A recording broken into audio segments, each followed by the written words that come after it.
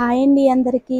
ఇక్కడైతే నేను బెండకాయ ఫ్రై అయితే చూపిస్తున్నాను. ముందుగా అయితే ఈ బెండకాయలను నేను ఫ్రిడ్జ్లో పాడైపోతున్నాయి కాబట్టి తొందరగా ఇదైతే బెండకాయ ఫ్రై చేద్దామని ఇక్కడ నేను పసుపు వాటర్ వేసి అందులో బేకింగ్ సోడా వేసి వీటిని క్లీన్ అయితే చేసేసాను.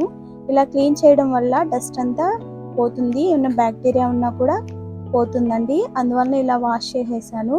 ఇలా వాష్ చేసిన తర్వాత ఇక్కడ కట్టర్తో నేను తొడాలు తీసేసి కట్ చేస్తున్నాను. ఈ కటరు మనకు మీషోలో అలా దొరుకుతుంది, ఎక్కడైనా ఆన్లైన్ పర్చేస్లో దొరుకుతుందండి. ఇది అయితే నాకు చాలా యూజ్ అయింది. చూడండి, ఈ విధంగా ముక్కలు చేసుకున్న తర్వాత దీన్ని ఇక్కడైతే యూజ్ చేయాలండి. ఈ బ్లేడ్స్ అనేది కట్ చేయడానికి మనకు ఉపయోగపడుతుంది. ఇక్కడ నేను కూరగాయలు కట్ చేస్తుంటే మా బాబు కూడా నాకు హెల్ప్ చేస్తున్నాడు. హెల్ప్ చేయడం అక్కడ పక్కన పెడితే అన్ని పాడు చేస్తూ ఉన్నాడు. ఇక్కడ కెమెరాకి హాయ్ చెప్పు అని అంటే బాబు కూడా ఇక్కడ హాయ్ చెప్తున్నాడు. ఇప్పుడు అయితే మనము కట్ చేసి పెట్టుకున్న బెండకాయ ముక్కల్ని ఫ్రై అయితే చేయాలి. ఫస్ట్గా అయితే కడాయి పెట్టుకొని కడాయిలో ఆయిల్ జీలకర్ర వేసి దీంతో పాటు కరివేపాకు కూడా వేసుకొని మనం కట్ చేసి పెట్టుకున్న బెండకాయ ముక్కలను ఈ ఆయిల్లో వేసుకొని ఇలా ఫ్రై చేసుకోవాలి. ఇలా ఫ్రై అవుతున్నప్పుడు మనం సాల్ట్ వేసామంటే తొందరగా ఫ్రై అవుతుంది. కొంచెం మనకు సరిపడినంత సాల్ట్ వేసుకుంటే సరిపోతుంది. ఇలా సాల్ట్ వేసుకోవడం వల్ల బెండకాయ అనేది తొందరగా ఫ్రై అవుతుంది, తొందరగా మగ్గిపోతుంది. ఇలా సాల్ట్ వేసుకొని ఫ్రై చేసుకున్న తర్వాత దీనిలోకి మనము ఆయిల్ ఉండంగా ఈ ఆయిల్ని మనము సపరేట్ చేసుకొని దీంట్లో పల్లీలు వేసుకుంటే పల్లీలు కూడా ఫ్రై అవుతుంది. చూసారు కదా, ఈ విధంగా వెల్లుల్లి రెబ్బలు అండ్ పల్లీలు రెండు వేసుకొని ఇక్కడైతే ఫ్రై చేసుకోవాలి.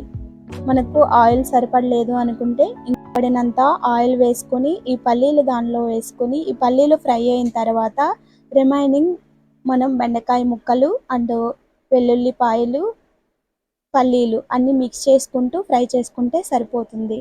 ఇలా ఫ్రై చేసుకున్న తర్వాత కొంచెం సేపు కలర్ షేడ్ అయ్యే వరకు ఇలా ఉంచాలి.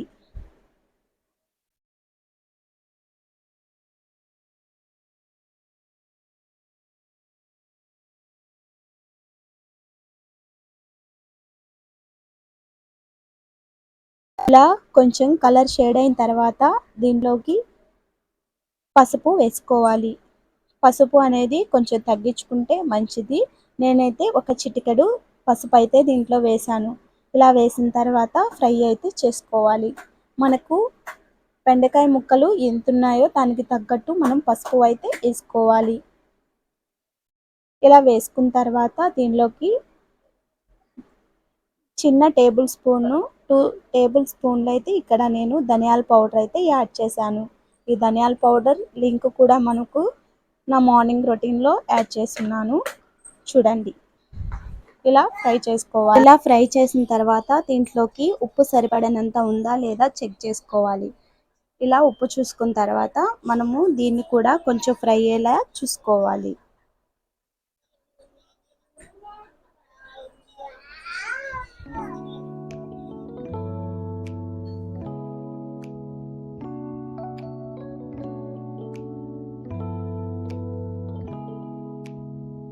ఇలా ఫ్రై అయిన తర్వాత లాస్ట్లో మనము కారం అయితే యాడ్ చేసుకోవాలి. కారం అనేది ముందే యాడ్ చేయకూడదు, దానివల్ల మాడిపోతుంది.